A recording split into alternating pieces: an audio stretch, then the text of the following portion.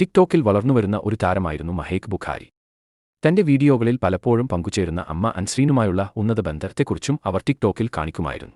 എന്നാൽ 21 വയസ്സുള്ള സാക്കിബ് ഹുസൈനെ അൻസ്രീൻ കണ്ടുമുട്ടിയപ്പോൾ അത് ദുരന്തത്തിൽ അവസാനിച്ച സംഭവങ്ങളുടെ ഒരു ശൃംഖലയ്ക്ക് തുടക്കമിട്ടു. 2019 അസർ എന്ന വീഡിയോ ആപ്പ് വഴിയാണ് അൻസ്രീനും സാക്കിബും ആദ്യമായി ഓൺലൈനിൽ ചാറ്റ് ചെയ്യാൻ തുടങ്ങിയത്. അവർ ഫോൺ നമ്പറുകൾ കൈമാറുകയും താമസിയാതെ എല്ലാ ദിവസവും സംസാരിക്കുകയും ചെയ്തു. ബന്ധം ഏകദേശം 3 വർഷം നീണ്ടുനിന്നു. ഹോട്ടലുകളിലും റെസ്റ്റോറന്റുകളിലും ഷീഷ് ലോഞ്ചുകളിലും അവർ നിരവധി തവണ കണ്ടുമുട്ടി. എന്നാൽ 2021 ആ ബന്ധം വഷളാക്കാൻ തുടങ്ങി. അൻസ്രീൻ ആ ബന്ധം നിർത്താൻ ശ്രമിച്ചു, പക്ഷേ സാക്കിബ് അതിന് തയ്യാറായില്ല. സാക്കിബ് അൻസ്രീനയോട് ബന്ധം നിർത്തരുതെന്നും അവനുമായുള്ള ബന്ധം തുടരണമെന്നും യാചിച്ചു.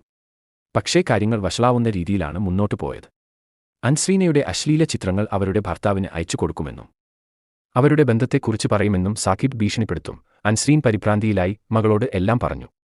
എന്നാൽ ബ്ലാക്ക് മെയിലിംഗിനെക്കുറിച്ച് പോലീസിൽ പോകുന്നതിനു പകരം മഹേക്ക് കാര്യങ്ങൾ സ്വയം ഏറ്റെടുക്കാൻ തീരുമാനിച്ചു. അമ്മയെ സഹായിക്കാൻ മഹേക്ക് അവളുടെ സുഹൃത്തും കാർ മെക്കാനിക്കുമായ റെഗാൻ കർവാനിലേക്ക് തിരിഞ്ഞു. 3000 പൗണ്ട് നൽകാമെന്ന് വാഗ്ദാനം ചെയ്ത് സാക്കിബിനെ ഒരു മീറ്റിംഗിലേക്ക് ആകർഷിക്കാൻ ദമ്പതികൾ പദ്ധതിയിട്ടു. പ്രണയത്തിലായിരുന്നപ്പോൾ അൻസ്രീനു വേണ്ടി ചെലവഴിച്ചതായി അയാൾ പരാതിപ്പെട്ട തുക ഇതായിരുന്നു. റെക്കൻ തന്റെ ഉറ്റ സുഹൃത്ത് റയീസ് ജമാൽ, റയീസിന്റെ കസിൻ അമീർ ജമാൽ, മറ്റ് സുഹൃത്തുക്കളായ സനഫ് ഗുൽ മുസ്തഫ്, നദാഷ് അക്തർ, മുഹമ്മദ് പട്ടേൽ എന്നിവരുടെ സഹായം തേടി 2022 ഫെബ്രുവരി 11 പുലർച്ചെ സംഘം ലെസ്റ്ററിലെ ഒരു ടെസ്കോ സൂപ്പർമാർക്കറ്റിൽ എത്തി സാക്കിബിനായി കാത്തിരുന്നു. അദ്ദേഹത്തെ പതിയിരുന്ന് ആക്രമിക്കാനായിരുന്നു പദ്ധതി. ബാൻബറി സാക്കിബിന്റെ ജന്മനാട്ടിൽ ലെസ്റ്ററിലേക്ക് പോകാൻ അദ്ദേഹം ഒരു ലിഫ്റ്റ് ക്രമീകരിക്കാൻ ശ്രമിക്കുകയായിരുന്നു. അദ്ദേഹം കുറച്ച് സുഹൃത്തുക്കളോട് ചോദിച്ചു. അവരിൽ ഒരാളായ ഹാഷിം ഇജാസുദ്ദീൻ അദ്ദേഹത്തെ ലെസ്റ്ററിലേക്ക് കൊണ്ടുപോകാം എന്ന് പറഞ്ഞു. എന്താണ് സംഭവിക്കുന്നതെന്ന് ഹാഷിമിന് ഒന്നും അറിയില്ലായിരുന്നു. അദ്ദേഹം സാക്കിബിന്റെ സുഹൃത്താണ്. രാത്രിയിൽ സാക്കിബിനെ ലെസ്റ്ററിലേക്ക് കൊണ്ടുപോകാൻ അദ്ദേഹം സമ്മതിച്ചു. സാക്കിബും ഹാഷിമും 01:17 ടെസ്കോ കാർ പാർക്കിൽ എത്തി. അവർ വേഗത കുറച്ചു നിമിഷങ്ങൾ കാത്തിരുന്നു. പക്ഷേ എന്തോ കുഴപ്പമുണ്ടെന്ന് തോന്നി. അവർ പെട്ടെന്ന് സ്ഥലം വിട്ടു. പക്ഷേ അവരുടെ സ്കോഡയെ പിന്തുടർന്ന് 2 കാറുകൾ വന്നു. റയീസ് ഓടിച്ചിരുന്ന നീല സീറ്റ് ലിയോൺ, പിന്നിൽ റെക്കനുമായി ഒരു ഓഡി ടി. മെഹക് സാക്കിബിനെ വിളിക്കുന്നു. അവർ ചൂടേറിയ സംഭാഷണം നടത്തുന്നു. ഇതിനുശേഷം സാക്കിബ് 999 വിളിക്കുന്നു. തന്റെ കാറിന്റെ പിന്നിൽ 2 വണ്ടികൾ പിന്തുടരുന്നു എന്ന് അദ്ദേഹം ഓപ്പറേറ്ററോട് പറഞ്ഞു. പിന്നിലുള്ള കാർ തന്നെ റോഡിൽ നിന്ന് ഇടിക്കാൻ ശ്രമിച്ചുവെന്ന് അദ്ദേഹം പറഞ്ഞു. ഓപ്പറേറ്ററുമായി കോൾ അവസാനിക്കുന്നതിന് മുമ്പ് കാർ റോഡിൽ നിന്ന് മാറി ഒരു മരത്തിൽ ഇടിച്ച് ഇരുവരും തൽക്ഷണം മരിച്ചു.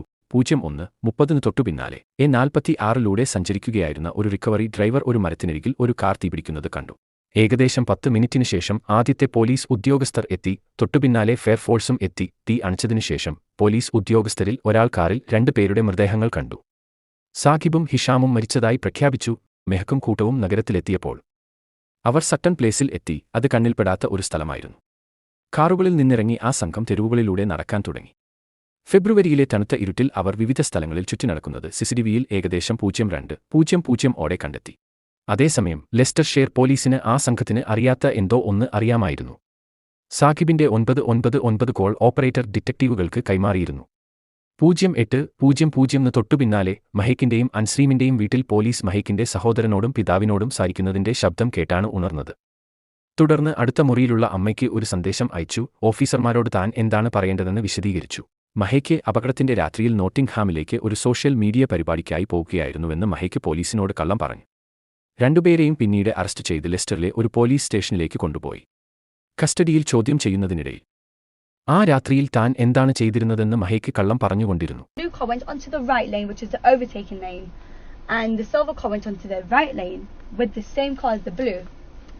പക്ഷേ പോലീസ് സാക്കിബിന്റെ 999 കോൾ പ്ലേ ചെയ്തപ്പോൾ അവൾ ഞെട്ടിപ്പോയി. മെഹക്കിന് ജീവപര്യന്തം തടവും കുറഞ്ഞത് 31 വർഷവും 8 മാസവും തടവ് ശിക്ഷയും വിധിച്ചു. അൻസ്രീന് ജീവപര്യന്തം തടവും കുറഞ്ഞത് 26 വർഷവും 9 മാസവും തടവും വിധിച്ചു. റേഗൻ കർവാനും റയീസ് ജമാലും കൊലപാതകത്തിൽ കുറ്റക്കാരെന്ന് കണ്ടെത്തി. മാൻസ്ലോട്ടർ കുറ്റത്തിന് ശിക്ഷിക്കപ്പെട്ടത് അമീർ ജമാൽ, സനഫ് ഗുലാം മുസ്തഫ്, നദാഷ് അക്തർ. ബുഖാരിമാർ സാക്കിബിന്റെ ഭീഷണി പോലീസിനോട് സംസാരിച്ചിരുന്നെങ്കിൽ ഈ സംഭവം ഈ നിലയിൽ എത്തുമായിരുന്നില്ല.